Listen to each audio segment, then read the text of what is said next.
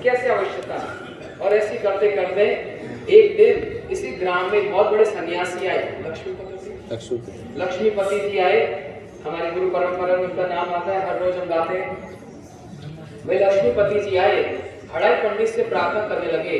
वो तो जैसे विश्वामित्र जी श्री राम जी के दशरथ जी के पास आए और राम लक्ष्मण जी को वन में ले जाकर असुरों को दलन करने के लिए प्रार्थना की, उसी प्रकार ये सन्यासी आए और हड़ाई पंडित पिता से कहने लगे कि आप हमको ये बालक दे दो, मैं तीर्थ यात्रा करूंगा और ये मेरी सेवा करेगा।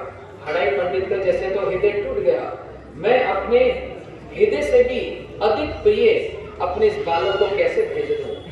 लेकिन नित्यानंद प्रभु सबके कहने पर फिर उन्होंने बालक को सन्यासी के साथ भेज दिया। बड़ा विस्तार है उसका।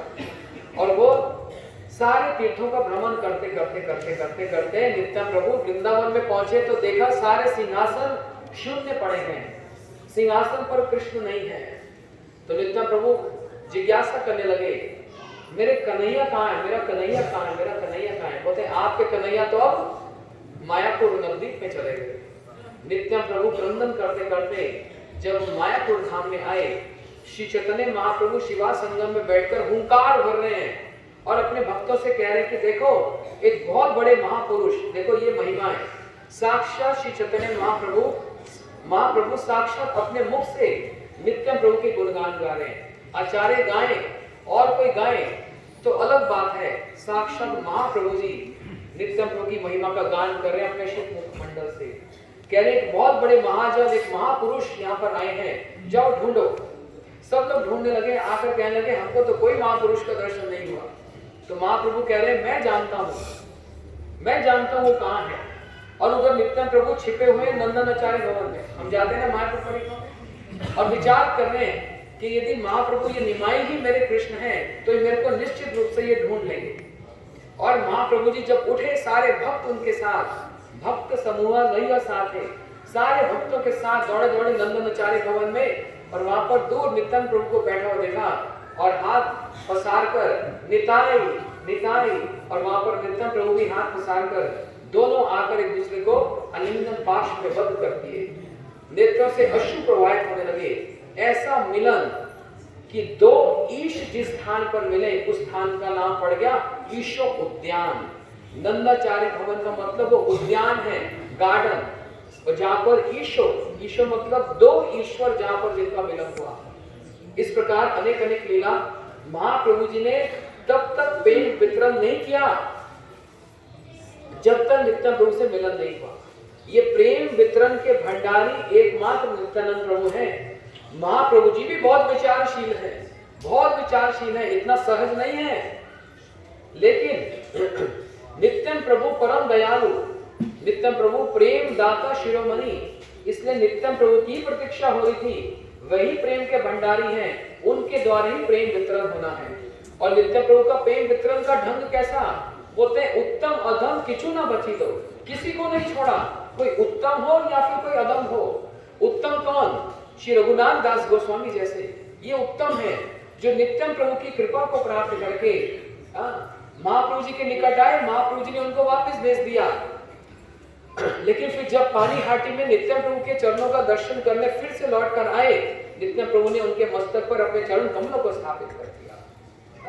इसलिए उन नित्यानंद प्रभु की ही कृपा को प्राप्त करके आगे फिर बड़ा विस्तार है रघुनाथ दास गोस्वामी जी का। लेकिन मूल बात ये, उत्तम श्री रघुनाथ दास गोस्वामी और नरोत्तम ठाकुर जी, उनको भी श्री नित्यानंद प्रभु ने ही आदेश, स्वपन आदेश दिया। अर्थात उन्होंने आवश्यकता से महाप्रभु के संकीर्तन का दर्शन किया और नित्यानंद प्रभु ने ही उनको ब्रज में जाने के, वृंदावन जाने का आदेश प्रदान किया। और उसी श्रृंखला में फिर कविराज गोस्वामी, अभी महाराज जी बता रहे थे कि कृष्णदास कविराज गोस्वामी के घर में नित्यानंद प्रभु के एक पार्षद, देखो इतनी जल्दी नित्यानंद प्रभु प्रसन्न हो जाते हैं। उनके पार्षद मिनिकेतन रामदास आए और कृष्णदास कविराज गोस्वामी के जो भाई हैं वो महाप्रभु के प्रति तो श्रद्धा रखता है, लेकिन नित्यानंद प्रभु के प्रति श्रद्धा नहीं रखते। क्यों? ये अवधूत है, कभी नंग धड़ंग हो जाते हैं, कभी सन्यासी वेश धारण कर लेते हैं, इनका कोई ठिकाना नहीं। इसलिए कब हो लांफा, कब हो जांबा, कब हो आटा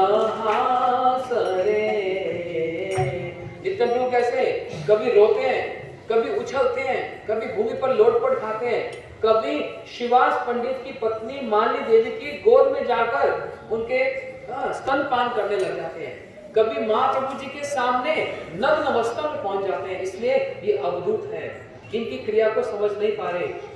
इसलिए उन्होंने, उनके छोटे भाई ने मिनिकेतन रामदास का मतलब नित्यानंद प्रभु के प्रति श्रद्धा नहीं दिखाई, और ये देखकर उनके परिकर मिनिकेतन रामदास जी ने वंशी को तोड़कर वहां से चले गए, रुष्ट हो गए।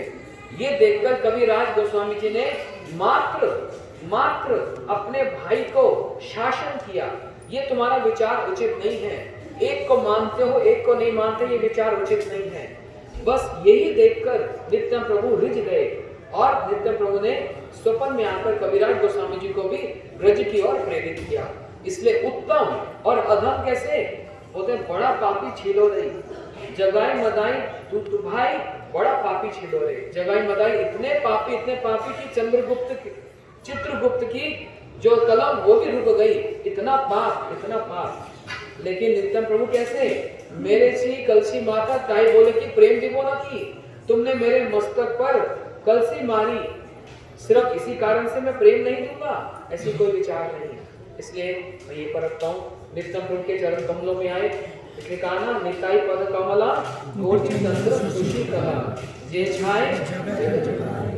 3 कंपैरिजन किए गए नित्यानंद प्रभु के चरण, कमल के समान, कोटि चंद्र सुशीतल और छाया। 3 मतलब कमल, चंद्र और छाया किसकी, बोलते कल्पतरु वृक्ष। और तीनों में एक चीज सामान्य है, वो क्या, शीतलता। तो इनके चरणों में आकर ही वास्तव में वास्तविक आनंद की प्राप्ति होगी, नहीं तो सब निरानंद की। बोलो श्री नित्यानंद प्रभु की।